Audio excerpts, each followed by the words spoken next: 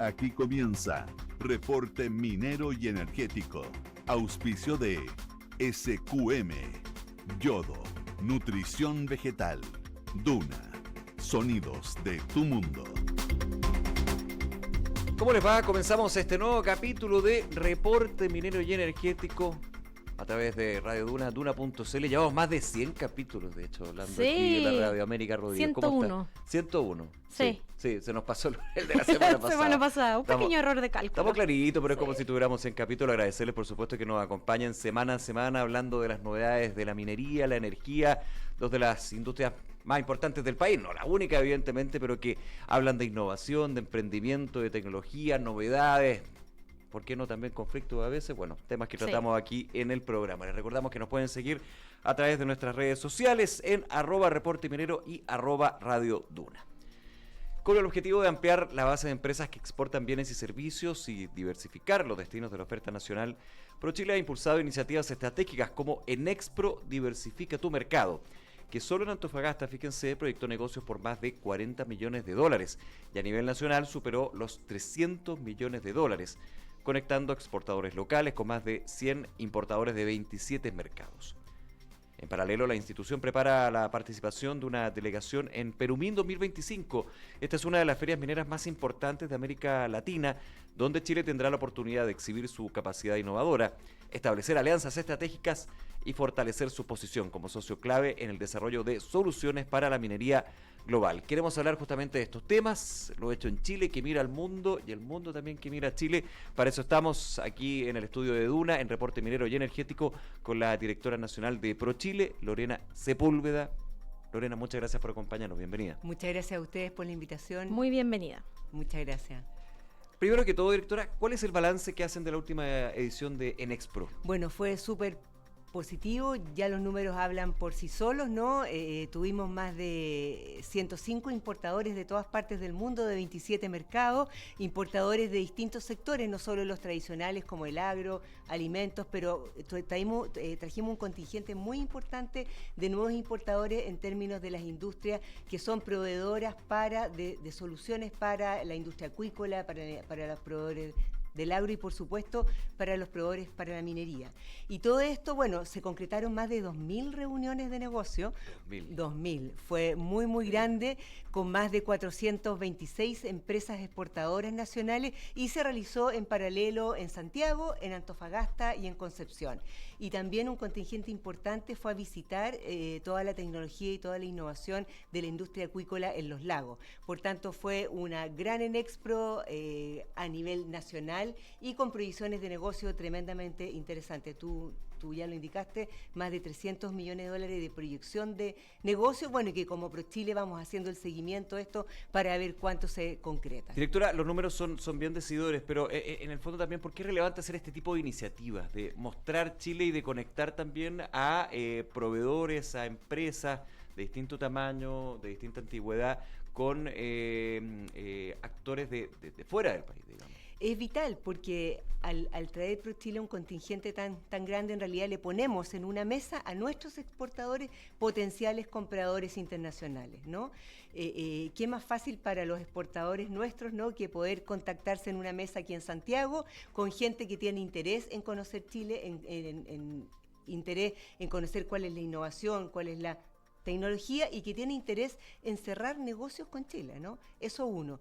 Y dos, cuando tú traes a importadores a Chile, conocen nuestro país, la idiosincrasia, conocen las industrias, conocen la innovación, se enamoran de Chile, ¿no? Y eso te queda como una experiencia que se lleva después a sus mercados y nunca más se te olvida en el fondo qué es lo que es Chile. Y eso es súper potente porque tú los terminas fidelizando, claro, con nuestro país. En el contexto ya de la industria minera, pensando en este Enexpro que se realizó en Antofagasta, este tipo de encuentros, ¿cómo colabora o permite que empresas de distintos tamaños, ya sean pymes, medianas, etcétera, se integren a la cadena de valor minero? Bueno, permite justamente porque llevamos a Antofagasta a 17 tomadores de decisión de mineras y de empresas que son distribuidoras de productos mineros de distintas partes del mundo, ¿no? De Perú, de Bolivia, de Brasil, etcétera, y los sentamos entonces en estas reuniones B2B con estos potenciales compradores. Fueron alrededor de 66 empresas exportadoras las que participaron, proveedores de distintas cosas, ¿no? Desde equipo, desde ingeniería, de soluciones en temas de energía, en soluciones ambientales, en fin, toda la experiencia de Chile puesta ahí en el fondo para que estos compradores pudieran conocer esta tecnología y esta innovación. Y en estas reuniones se intercambian tarjetas, se presentan en el fondo cuál es la oferta exportable de cada una de las empresas, y si le interesa al comprador, siguen en contacto e incluso pueden cerrar negocios ahí mismo. O sea, es algo muy, muy impactante que pasa en esta rueda de negocios. Estamos conversando aquí en Reporte Minero y Energético en Radio Duna con la directora nacional de ProChile, Lorena Sepúlveda. Ahora, directora, ¿qué espacio tienen las pymes acá? Porque, Mucho. claro, a nivel internacional, las empresas más grandes, con dificultades también, digámoslo, tienen contactos o van formando contactos con el exterior, van mostrando Chile. La pyme tiene una espalda distinta. La pyme primero tiene que solventar lo que está pasando a nivel interno, tratar de luchar contra gigantes. ¿Cómo puede ir proyectándose con la ayuda de ProChile, con la ayuda de Nexpro, a otras fronteras? Absolutamente. Bueno, ayudamos, el foco de trabajo son las pymes. Una cantidad importante de estas 426 empresas que yo le indiqué que participaron son de un formato pyme, y son pymes también exportadoras o con potencial exportador. ¿Cómo los ayudamos? Desde capacitación, desde talleres, hicimos previo a la Enexpro unos talleres de cómo armar tu pitch, cómo yo me presento. Esto no es solamente estar en vitrina, digamos, sino No, llegar a la preparamos ahí. llegar, Claro. exactamente. Cómo yo presento mi pitch, cómo yo me presento en 2 minutos frente a un potencial comprador, ¿no? Desde eso hasta información de mercado, hasta poner en el otro lado de la mesa a alguien en el fondo que está interesado en poder comprar mi servicio o mis productos, ¿no? Entonces, eso es el apoyo de ProChile, y eso es invaluable, porque una de las cosas que más cuesta afuera es cómo yo consigo un potencial comprador, cómo yo llego a un potencial comprador. Eso que se dice fácil es tremendamente complejo, y eso es lo que hace ProChile al traer a este contingente muy grande de potenciales compradores y presentárselo a nuestras pymes exportadoras. Y no solo pymes, sino que también empresas lideradas por mujeres, que también es un foco súper importante del trabajo de proveedores para la minería, ¿no? Entonces, en Antofagasta tuvimos una cantidad muy importante de empresas lideradas por mujeres que son tremendas proveedoras de la minería aquí en Chile, y que tienen hoy día también un potencial de expansión hacia los mercados internacionales. En este contexto, las ruedas de negocios son súper relevantes para fortalecer esa articulación entre lo que ofrece el mercado chileno y otros mercados internacionales, ¿verdad? Así es. Porque uno piensa, claro, ProChile, y piensa al tiro como en las ferias internacionales, pero en el fondo también aquí hay un doble rol, que es traer esos mercados a la ciudad propiamente tal. Exactamente. ProChile tiene una serie de baterías, que son las ferias internacionales, que son la traída de compradores, que son las misiones comerciales, que es cuando un grupo más pequeño de empresas va a trabajar a un mercado afuera con una agenda preparada por ProChile. Entonces tú usas una serie de baterías para lograr el objetivo, que es de presentarles al mejor contacto a nuestras empresas, y que después, en el mediano plazo, etcétera, puedan vender sus bienes y sus servicios, ¿no? Y eso se prepara, porque en el fondo tú tienes que prepararte para poder establecer una reunión efectiva con una minera en Bolivia o con una minera en Perú, etcétera. Entonces les damos información respecto de cuál es la cultura de negocios, ¿no? Que es súper importante. 2, cuáles son las potencialidades de vender en ese mercado, cuáles son tus competidores en ese mercado. Y toda esa información se entrega para que ellos puedan tener en estas reuniones la mejor perspectiva, digamos, de negocio hacia adelante. Y aparte de Perú y México, que son mercados súper relevantes para nosotros, ¿qué otros países estaban que tienen igual relevancia en el mercado? Brasil. Brasil. Trajimos un contingente muy importante de Vale, de Nexus Research. Muy mercados grande, inexplorados que tenemos. son mercados inexplorados. También desde México viene una minera muy importante que es Fortuna. Bueno, desde Perú varias, desde Bolivia Colquiri. En fin, o sea, desde Australia trajimos a un perfil distinto, quien quiere un perfil de distribuidores de productos para la minería, que estuvo muy interesado en ciertas tecnologías que se estaban dando en Chile, etcétera. O sea, trajimos realmente un contingente súper atractivo. Conversamos aquí en Reporte Minero y Energético en Radio Duna con la directora nacional de ProChile, Lorena Sepúlveda. Ahora, pasó en Expro, pero hay desafíos en todos los sectores para ProChile, ¿no? En parte del trabajo que ha hecho durante tantos años. Pero lo que tiene que ver con Perumín, expliquemos qué es Perumín para quienes nos escuchan y no están familiarizados con esta feria, que es bien relevante. Es muy, muy importante, es una de las principales ferias del sector de la minería de Latinoamérica, es la más importante en Perú, y ProChile siempre está presente hace varios años ya con un contingente muy relevante de empresas proveedoras para la minería, en donde ahí se presentan sus soluciones, sus bienes, establecen contacto. Este año estamos yendo con 18 empresas de distintas áreas, de distintas regiones, un contingente importante en donde... ¿Cómo se hace esa selección, perdón, director? Postulan las empresas, tienen un proceso de selección por distintos criterios, si son exportadoras, si no, el tamaño pyme se favorece, etcétera, y entonces quedan seleccionadas en base a estos criterios, ¿no? Son 18 las que van a estar. Son 18 las que van este año y además no solo es estar presente en la feria, sino que también se hacen actividades en torno a Chile. Se hace una actividad muy importante como la Chile Night, que ya marca un hito en el fondo, donde se juntan todos los stakeholders que están participando en Perumín, y Chile marca un hito entonces de presencia y de participación.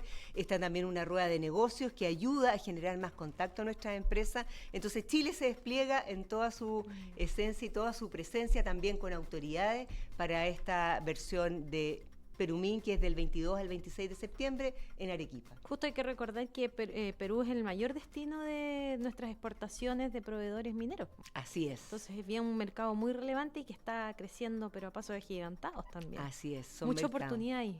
Así es, y ya hay que mantener la presencia porque la competencia siempre corre muy bien, entonces hay que estar presente, hay que marcar esta presencia. ¿Cómo se han ido preparando para esto entonces, en este contexto, digamos, de alta competencia y de desafíos, pero también pensando que la minería, no solamente aquí en Chile, sino a nivel internacional, ve desafíos, pero también oportunidades, por ejemplo, en lo que es sostenibilidad, en procesos más eficientes, en el tema del agua, por ejemplo, que ahí los proveedores tienen mucho que aportar?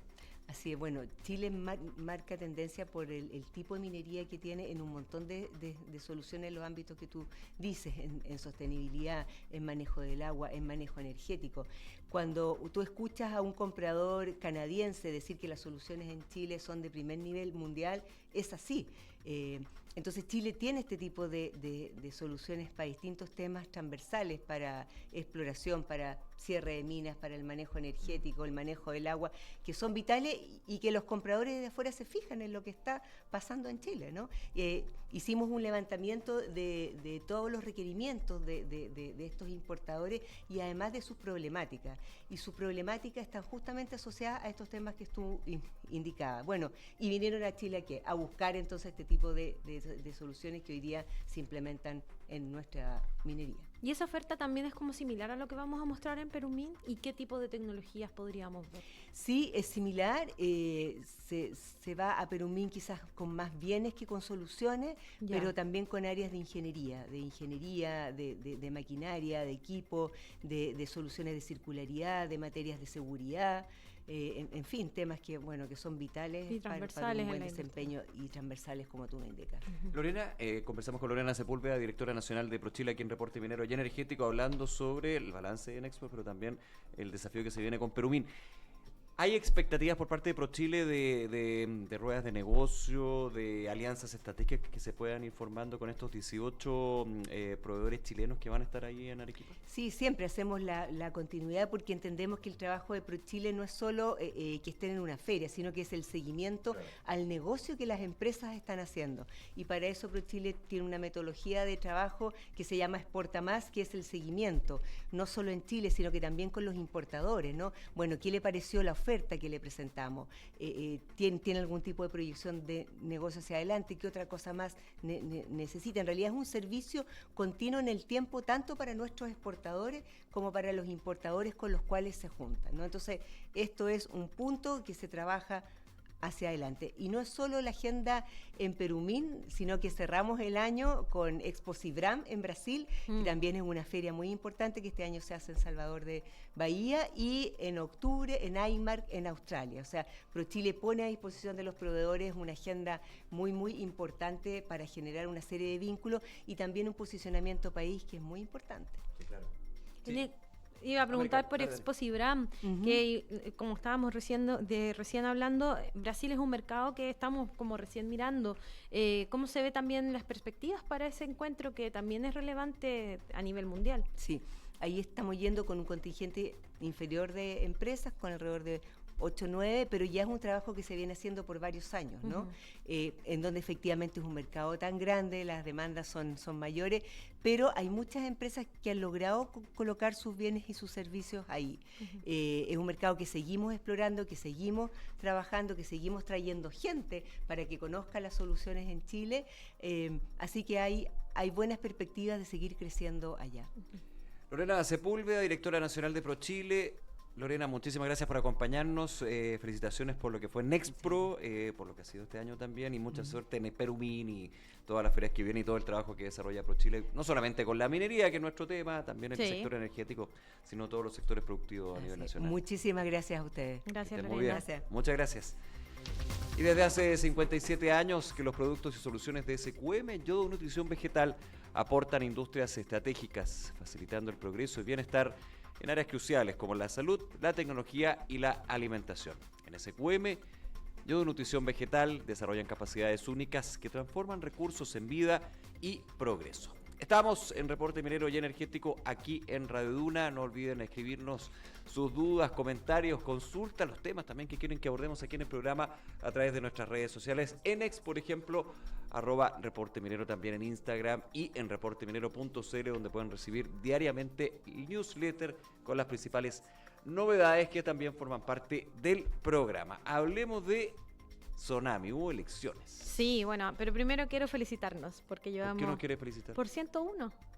101 capítulos. 101 capítulo. Quiero reflexionar un poco más al respecto. Es que deberíamos haber hecho esto en el 100. Sí, fue un error técnico. Se nos pasó, no, Ups. es que son tanto y todo esto, toda esta locura, Sí, el día a día. imagínate, tenemos cerca de 2 invitados por capítulo. Imagínate, han Sí, para pasado unas agradecerle 150 personas. Han pasado. Agradecerle a todos y también el Sí. trabajo del equipo, de la productora América Rodríguez. De hecho, yo llego y me entrega todo. Y yo aquí me pongo a hablar que algo me manejo en eso. No, lo bueno es que eres estudioso, así que Yo es lo más sé. fácil. Pero profundice, por favor. No, Tiene el solamente micrófono. quiero decir que estoy muy contenta con lo que hemos hecho en en esta tercera temporada. Pues ya vamos a cumplir 3 años. Tercera temporada. Sí, pues 100 capítulos. Wow. Así que muy importante. Seguimos entonces. Seguimos entonces. Ya. Sonami. Sonami. Bueno, la semana pasada... Ahí siguen también.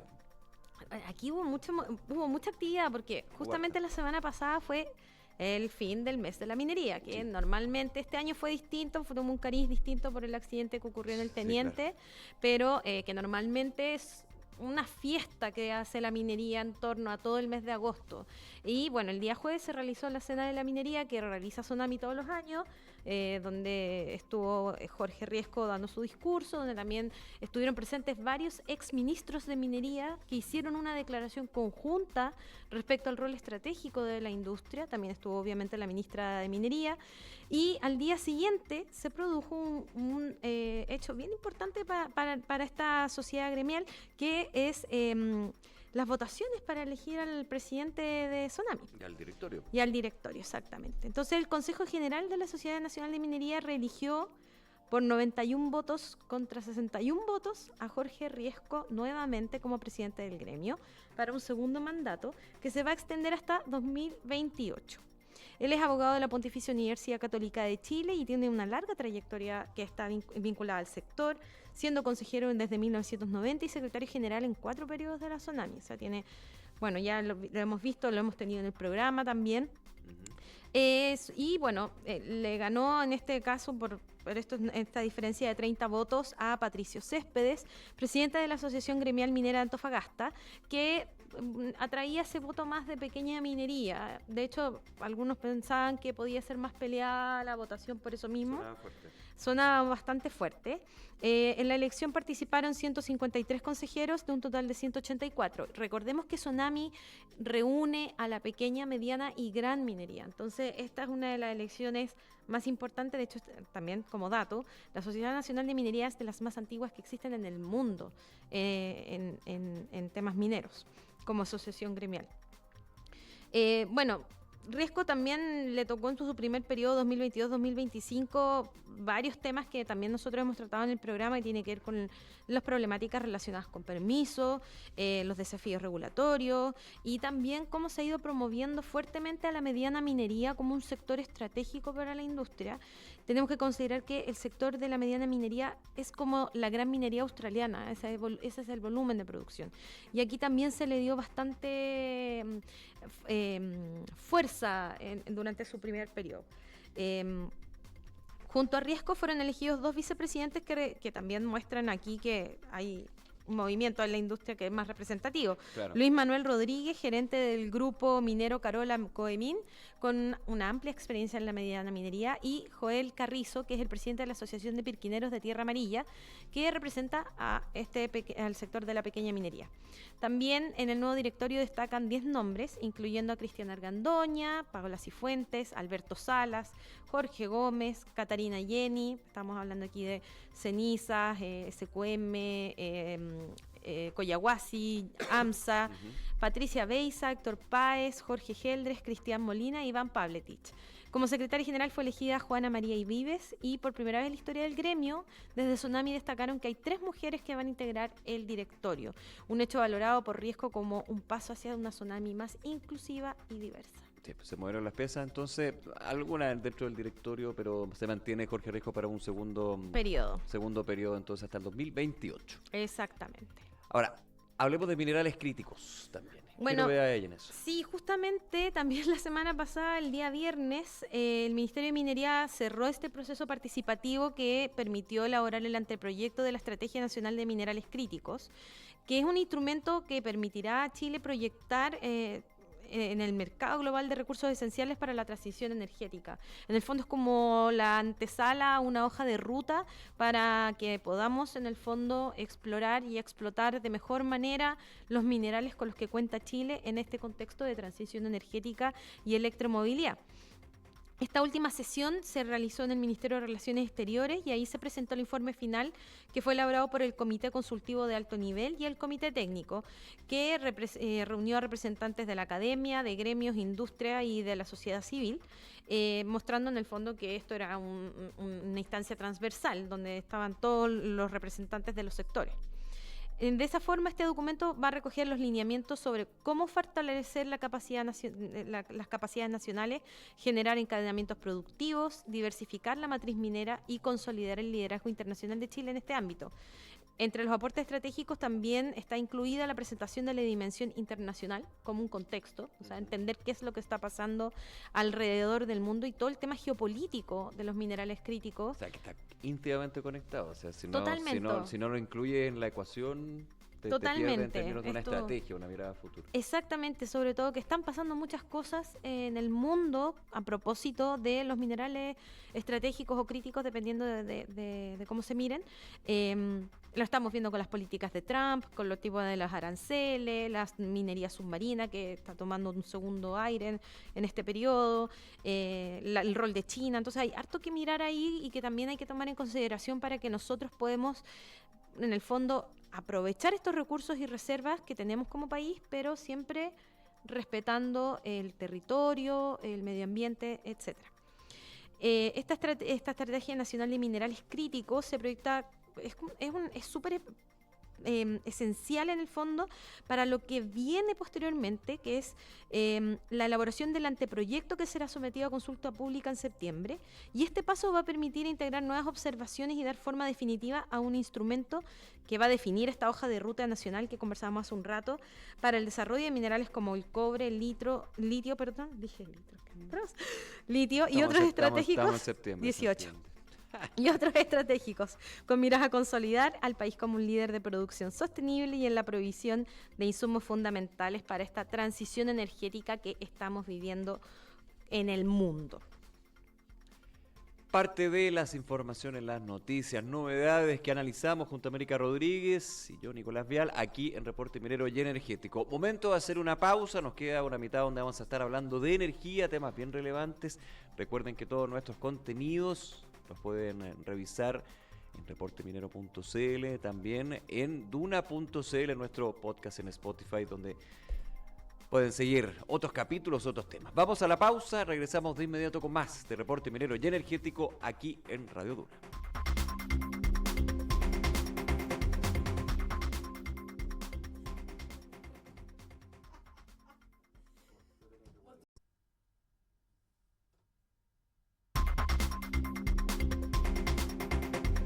Regresamos a Reporte Minero y Energético aquí en Radio Duna. El sector minero enfrenta hoy un desafío crucial: hacer más eficiente su operación sin comprometer el cuidado del medio ambiente.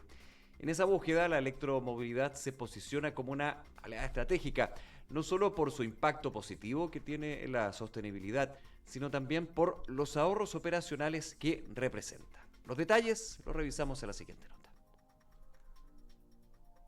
El consumo de combustible en la minería del cobre ha aumentado desde el 2021 al 2023 un 144%, mientras que en ese mismo periodo la producción de cobre se incrementó un 11%. Unificar ambos elementos, producción y costos, es clave, y la electromovilidad en el sector puede ser un factor determinante a la hora de reducir esos costos en favor de una minería más sustentable. Y en ese aspecto, no solo se busca reemplazar las grandes maquinarias y los camiones CAEX, vehículos livianos y de transportes son hoy una realidad que se masifica a las faenas mineras del país. Fernando Rulliet, gerente comercial de Voltera, y Félix Ureta, Business Development de Tattersall Electromovilidad, aluden al respecto. La electromovilidad en Chile ha ido creciendo sustancialmente a pasos agigantados, duplicando tasas de ingreso, tanto en camiones, en buses, en camionetas eléctricas. Ha sido algo mucho más masivo, no solo en la minería, sino también porque los mismos gerentes en el retail también han empezado, los usuarios, a ocupar vehículos eléctricos. Se tradució en una búsqueda natural de migrar la tecnología convencional a tecnología eléctrica, y hoy día ya se demuestra con camionetas eléctricas 100%, con tractos camión 6x4, con grúa y un line-up completo que permite a la industria minera en particular, bien intensiva en diversos vehículos, en tomar una posición sustentable 100% eléctrica. En las minas a rajo abierto son las que más consumen combustible, un 81% del total utilizado. En los últimos años, el consumo se ha triplicado, según estudios de la Comisión Chilena del Cobre, Cochilco. Rubens Poblete, director de Yutong CEF, y Félix Ureta, Business Development de Tattersall Electromovilidad, aluden al respecto. Creo que la industria minera es una de las industrias que está mucho más incorporado el tema de la sustentabilidad, de la descarbonización, y eso va de la mano de la electromovilidad.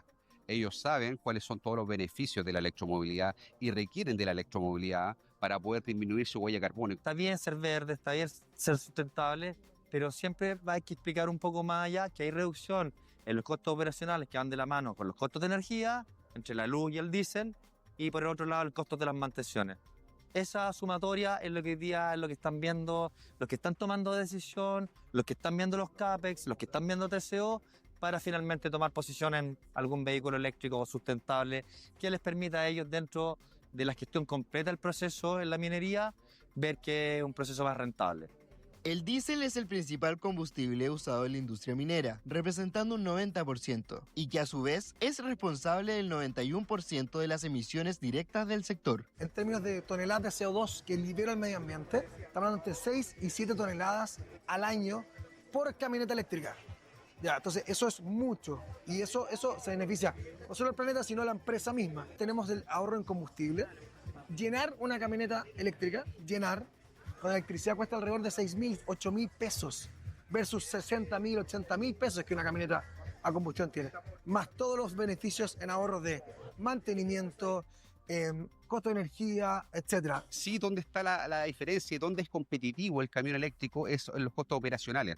donde dependiendo el costo de suministro eléctrico podemos alcanzar disminuciones de costo de combustible entre un 60 o un 70%. También vemos mucha diferencia en lo que son los costos de mantención. Principalmente estos camiones tienen menos piezas que los camiones a combustión, por lo tanto se hace menos mantenciones. Ahí están los dos principales focos donde la electromovilidad es más competitiva que un camión a combustión. Con el diésel concentrando la mayor parte del consumo y las nuevas emisiones del sector, la electromovilidad emerge como la vía para reducir costos y avanzar hacia una minería del cobre más eficiente y sostenible. Seguimos el reporte minero y energético aquí en Radio Duna. En Chile, los clientes eléctricos libres que negocian directamente sus suministros fuera de las tarifas reguladas concentran, fíjense, más del 60% del consumo de electricidad y son un actor clave para el desarrollo productivo del país. Sectores como la minería, la agroindustria, la construcción o el transporte dependen de contar con energía segura, competitiva y con reglas claras para sostener su crecimiento. En este escenario, la Asociación de Clientes Eléctricos No Regulados, ACENOR, ha planteado la necesidad de avanzar en una agenda que ponga en el centro a los consumidores industriales, presentando propuestas que buscan responder a estas demandas y proyectar el rol del sistema eléctrico como motor del desarrollo económico de Chile. Vamos a analizar este escenario, los desafíos, los pendientes también. Para eso estamos en el estudio de Reporte Minero y Energético aquí en Radio Duna con el director ejecutivo de la Asociación de Clientes Eléctricos No Regulados, ACENOR, Javier Bustos. Javier, bienvenido. Muchas gracias por acompañarnos, bienvenido. Muchas gracias por tenerme aquí. Cuéntanos primero, para poner en contexto, ¿por qué nace ACENOR? ¿Cómo nace ACENOR? Y esto de los clientes libres, clientes eléctricos libres, ¿qué significa? Sí, la idea o el concepto de libre viene que son libres para negociar su contrato de suministro eléctrico. La diferencia con el contrato regulado, que somos todos nosotros en nuestros hogares, es que nosotros no tenemos un contrato donde fijemos precio, donde fijemos condiciones del suministro eléctrico, sino que eso viene de un contrato mucho más grande que tiene la empresa distribuidora. Claro, ¿sí? Porque estos contratos son precios regulados por ley. Exactamente. Ahora bien, el cliente libre lo que tiene de alguna manera de facultad flexible es fijar el precio de la energía, pero de todas maneras hay una serie de cargos regulados que paga igual que el cliente regulado en sus hogares. Por ejemplo, las líneas de transmisión, la infraestructura, se paga por igual siendo cliente libre que cliente regulado. Entonces, finalmente, la gran diferencia es cómo se negocia ese precio de la energía y las condiciones de suministro. Por ejemplo, un cliente libre puede tomar la decisión de un suministro 100% renovable, cosa que nosotros como clientes regulados todavía no podemos hacer. Oye, justamente hace poco tuvieron un encuentro nacional, ustedes como organización, y se habló mucho de las necesidades que tienen los clientes no regulados específicamente. ¿Cuáles son estas necesidades y demandas que ven ustedes hoy frente al sistema eléctrico? Sí, porque finalmente, y como tú bien mencionabas, más del 60% del consumo eléctrico viene de sectores productivos que son clientes no regulados, clientes libres. Por ejemplo, constructora, mineras. Mira, nosotros en ACENOR, en nuestra asociación, tenemos la mitad de nuestros socios son mineros, la otra mitad son industriales o del transporte, como metro, como EFE. Entonces, son distintos sectores productivos, agroindustria, básicamente todo aquello que requiere un proceso productivo que es electrointensivo. ¿Sí? Entonces, eso es básicamente el mundo de los clientes libres. Pero dentro de ACENOR, que nosotros tenemos socios nuevos que van entrando año a año, también hay clientes libres que no están en nuestra asociación que son más pequeños, porque por ejemplo hay edificios que son clientes libres, ¿sí? Que por su consumo la normativa les permite elegir a algunos clientes regulados de tomar la decisión de si son libres o regulados, aquellos que están en una franja de capacidad de consumo que la normativa especifica entre 500 kilowatts y 5.000 kilowatts, ahora es de 300, pero en realidad cada vez más ha ido aumentando la cantidad de potenciales clientes libres que tiene nuestra economía. Y por eso es que, dado que los sectores productivos, que son el motor de desarrollo de la economía, necesitan este insumo de manera muy relevante, el insumo energético, se necesita que ese suministro sea seguro, ¿sí? Que no tenga interrupciones. Lo vemos en el suministro, por ejemplo, del transporte de los kayaks en la minería, que ahora justamente se está discutiendo, bueno, qué tan conveniente es la electromovilidad. Algunas mineras importantes están haciendo pilotos, porque puede ser mucho más conveniente, pero claro, hay que tenerlo disponible. Si el suministro eléctrico no es seguro, es más, a veces más confiable continuar con diésel. combustibles fósiles. Entonces tiene ese dilema. O también el suministro eléctrico tiene que ser a precios competitivos. Tiene que la empresa minera o cualquier cliente libre acceder a precios que realmente le permitan competir. Nosotros hicimos el año pasado, por ejemplo, una encuesta, la primera encuesta nacional a clientes libres, y le preguntamos, bueno, ¿cuáles son sus principales preocupaciones? Costos e incertidumbre del mercado, regulatoria, que naturalmente para una minera que no es su negocio, el mundo eléctrico, el que esté cambiando mucho la normativa también le genera incertidumbre. ¿Cambia mucho? Cambia en promedio, en el sector eléctrico tenemos una ley promedio, un cambio a la ley eléctrica promedio por año. Por año. Por año. Ah, ya, o sea. Y eso afecta las condiciones de certidumbre, porque, por ejemplo, un suministro a una minera en general son 15 años de contrato, 20 años de contrato, y durante ese periodo de tiempo no solamente cambia mucho la normativa, sino que cambia mucho la tecnología. Nosotros decimos siempre que hace 5 años atrás no estábamos probablemente hablando de baterías, y hoy en día el sector eléctrico se está desarrollando mucho en baterías. Hace 10 años atrás no estábamos hablando de hidrógeno, y ahora también es un factor que se está desplegando, entonces es un sector que está cambiando mucho en tecnología. Y es por eso de que el cliente, en toda esta incertidumbre, toda esta volatilidad, lo que más le preocupa es cómo puedo acceder a estos costos competitivos para que no sean una parte tan relevante de los costos de operación. En la minería en general se habla alrededor de un 20% de los costos de operación son de eléctricos, porque es uno de los sectores más electrificados del país. Para que ustedes tengan una idea. La economía nacional, cuando uno toma todo el consumo energético, más o menos el 20-25% es eléctrico. El resto son todos los otros energéticos, gas, petróleo. En la minería eso sube a 40%, ¿sí? Y hay algunos que están por arriba de ese promedio. Entonces, efectivamente es un sector que ya está muy electrificado y por lo tanto le pega bastante el costo del suministro eléctrico y también su calidad, su seguridad. Y después hay otros sectores productivos industriales que pueden tener incluso porcentajes más altos, donde en realidad el costo de suministro eléctrico represente hasta el 50% de sus costos operativos. Estamos conversando con Javier Bustos, director ejecutivo de la Asociación de Clientes Eléctricos No Regulados, ACENOR. Te iba a preguntar justamente por la parte de estos como cambios legales que tú mencionabas que se están dando, que van en línea también con este cambio también tecnológico que estamos, o tú desde la perspectiva de ACENOR vamos un poco como a la dispares, por así decirlo. Bueno, es que efectivamente el sector cambia mucho y ha cambiado mucho tecnológicamente. La regulación, como les mencionaba, va muy rápido en cuanto a cambios, pero naturalmente el mercado se anticipa. Y lo que nos pasa es que mucho del foco en general está puesto en cómo construimos más centrales de generación, cómo construimos más líneas de transmisión que son necesarias, pero poco en qué necesita el cliente. Porque finalmente la electricidad no es un fin en sí mismo, es un suministro muy importante. Sin ese suministro, evidentemente, no se puede desarrollar económicamente un país. Es un medio. Pero es un medio, no es un fin. Entonces, lo que nos falta, y por eso es que nosotros empezamos hace ya un tiempo atrás a empezar a decir, mire, aquí hay un proceso de cambio transformador en el sector energético. Nos estamos saliendo de los combustibles fósiles y moviéndonos en lo que se llama la transición energética a lo renovable. Bueno, pero ¿cómo esto, dónde está el cliente acá? Y ahí es donde decimos nosotros, bueno, hay que poner al cliente y las necesidades del cliente en el centro. Si necesita el cliente suministro renovable, a precios competitivos, con una cierta calidad de servicio, bueno, ¿cómo le podemos asegurar eso? A nosotros nos encantaría que no solamente contáramos los megawatts de potencia instalada, sino cuántos nuevos negocios o cuánta nueva inversión se ha facilitado porque tengamos un suministro eléctrico de mejor calidad o a precios más competitivos. Y ahí es donde ha faltado el énfasis y por lo cual nosotros en nuestro evento de la semana pasada anunciamos que íbamos a impulsar una agenda del sector pro cliente. Ya, ¿cuáles son los pilares de esta agenda para tenerlo claro? Para tenerlo claro y hacerlo sencillo, sí. Porque naturalmente nosotros en nuestra asociación tenemos a muchas empresas que no son del sector eléctrico y siempre se habla de que una de las cosas que nos limita es la transmisión, que la transmisión eléctrica, esa infraestructura no llega a tiempo para aprovecharla, pero esa transmisión hay que desarrollarla de manera eficiente.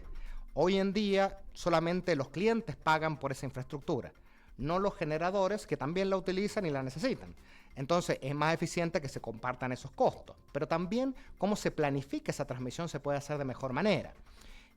Eso ha sido uno de los pilares de nuestras propuestas, pero también otras propuestas que tienen que ver con menores costos. Hoy en día a ciertos medios de generación de pequeña escala se les asegura un precio mínimo de energía y obviamente siempre que uno asegura un precio mínimo alguien tiene que cubrir la diferencia y eso se termina socializando entre todos los clientes. Entonces ese tipo de cosas hay que empezar a hacerlas mejor, a eficientarlas, a meter más competencia en el mercado de manera de que el cliente lleguen esos precios competitivos y eficientes. Y te diría que más transversalmente también el cliente necesita una institucionalidad que sea transparente. Este es un mercado que no es el del cliente se dedica a otros negocios.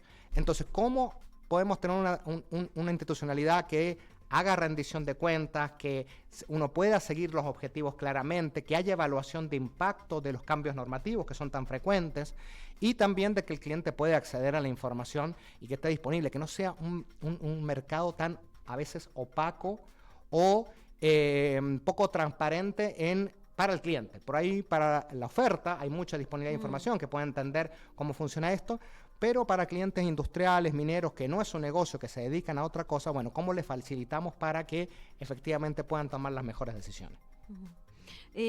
Bueno, justamente en ese tema, ¿cómo están viendo ustedes, por ejemplo, el desarrollo de nuevos proyectos relacionados a energías renovables, los tiempos de permisos también? ¿Es una preocupación para ustedes?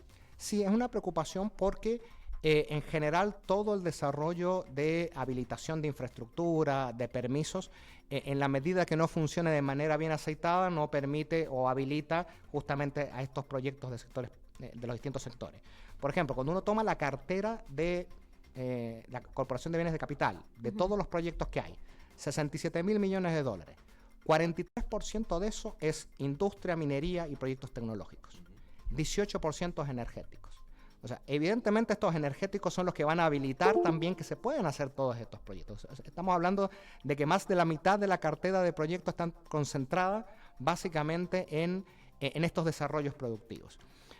Por lo tanto, si el sector energético no habilita o es un impedimento para los sectores productivos, vamos a tener un problema justamente en el crecimiento. Esa es la línea que nosotros queremos empezar a fomentar, de que necesitamos un sector energético que potencie al resto de la economía, que se convierta realmente en ese motor de desarrollo que necesitamos, y no que sea al revés, algo que lo restrinja, porque finalmente el empleo lo genera la industria, la minería, la inversión, viene mucho en los sectores productivos, no solamente el energético, y tienen que ir de la mano. Claro. Javier Bustos, director ejecutivo de la Asociación de Clientes Eléctricos No Regulados, ACENOR, un placer tenerte acá. Vamos a seguir conversando, por supuesto, son varios los desafíos que tienen como asociación y interesante también ver la necesidad que tienen los clientes no regulados, porque nos quedamos mucho con el cliente como uno, el residencial, pero... En la cuenta de la luz. Claro, y me quedo dando vuelta a eso, que las normas eléctricas, energéticas van cambiando cada un año. Sí. O sea, estamos permanentemente en discusión con legislativa cambio, y a eso hay que sumarle cambios de reglamentos, cambios de normas técnicas. Entonces, es un sector que estamos permanentemente en discusión regulatoria. Ya hasta hace poco teníamos congelado el precio, digamos, por Sí. ejemplo. Gracias, Javier, que te vaya muy bien. Muchas gracias a ustedes. Un gusto. Seguimos en Reporte Minero y Energético en Radio Duna. Gracias por acompañarnos semana a semana revisando las novedades de la industria y por supuesto también los temas que son parte de las conversaciones. Recordarles que en reporteminero.cl están todos nuestros contenidos, capítulos anteriores también que nos pueden ver a través de canal 24 horas en Reporte Minero y Energético y todas las plataformas, evidentemente también en duna.cl. Nos quedan unos minutos, América. Actualicemos lo que ha sucedido con el teniente. Por supuesto, lo más preocupante fue la situación del accidente mismo, la pérdida terrible, lamentable, de 6 vidas debido a esta situación, una investigación que sigue desde lo técnico, pero también desde lo judicial, desde la Fiscalía. Y en lo operacional se van retomando las faenas, ¿no? Así es, efectivamente, ya a un mes del accidente, Codelco y División del Teniente ha informado como los avances que han tenido en este periodo. Dando énfasis también obviamente a un tema de reforzamiento en torno al apoyo a las familias y a los trabajadores, también un retorno seguro y progresivo a las operaciones y la colaboración con las investigaciones en curso, como tú muy bien mencionabas. De hecho, aquí de acuerdo a lo que menciona Codelco, es que alrededor de 25.000 trabajadores de la división, además de la vicepresidencia de proyectos, comités paritarios y empresas contratistas, han participado en jornadas de reflexión, contención y capacitación en este contexto que fue bastante duro para los trabajadores y trabajadoras. Y en cuanto a lo operacional, la mina retomó un 60% de su capacidad habitual, equivalente a unas 80.000 toneladas de mineral. El impacto económico calculado, que ya lo habíamos mencionado nosotros la semana pasada, se estima en torno a $340 millones. Y hay varias áreas dentro de la faena que ya están operativas. Sin embargo, podemos decir que Andes Norte y Diamante tienen autorización parcial de Sernagiomín de seguir operando, mientras que Recursos Norte y Andesita, donde fue el lugar donde ocurrió el accidente, permanecen detenidas. Codelco mantiene coordinación con las autoridades competentes y ha respondido a 52 requerimientos de información de distintas entidades, además que se entregó un informe preliminar a Sernagiomín. Y una de las cosas también que hizo el directorio fue encargar al ejecutivo internacional Marco Tifani, recordemos que él es exdirector ejecutivo de Anglo American a nivel internacional, liderar un equipo de expertos para reforzar los estándares de seguridad en minería subterránea. Él llegó a Chile ya, va a empezar a hacer toda esta investigación. Exacto, hacer propuestas, etcétera. Y también la compañía ha comparecido ante la Comisión de Minería y Energía del Senado para entregar antecedentes sobre las condiciones de operación y las medidas que han estado adoptando tras de este accidente. También, bueno, de hecho, una de las cosas que destaca Codelco y que es uno que está metido en los chats de la industria y de Codelco en particular, todos los días han emitido un informe entregando información. No han parado. Ya llevamos 31 informes que se estaban entregando todos los días, pero a partir del 1 de septiembre, o sea, de ayer, se iba a publicar actualizaciones 2 veces por semana en sus plataformas digitales y medios de comunicación. Así que, bueno, retomando lentamente como si se podría decir, normalidad después de este accidente. Claro, tan difícil, tan difícil. Oye, y en los minutos que nos quedan, otra noticia, malas noticias para Mantoverde, ¿no? En la región de Atacama. Mira, es tan estratégico como los equipos dentro de una faena, si fallan, pueden detener toda una operación, ese fue lo que le pasó a Capstone Copper, que anunció la detención temporal de su mina Mantoverde en la región de Atacama debido a fallas técnicas en los motores del molino de bolas. Recordemos que el molino de bolas es una infraestructura cilíndrica donde tú metes la roca que en un proceso de centrífugo, por así decirlo, las bolas de molienda hechas de hierro golpean la roca hasta volverla más fina y así poder procesarla mejor y separar los minerales, los diferentes minerales que haya en la roca.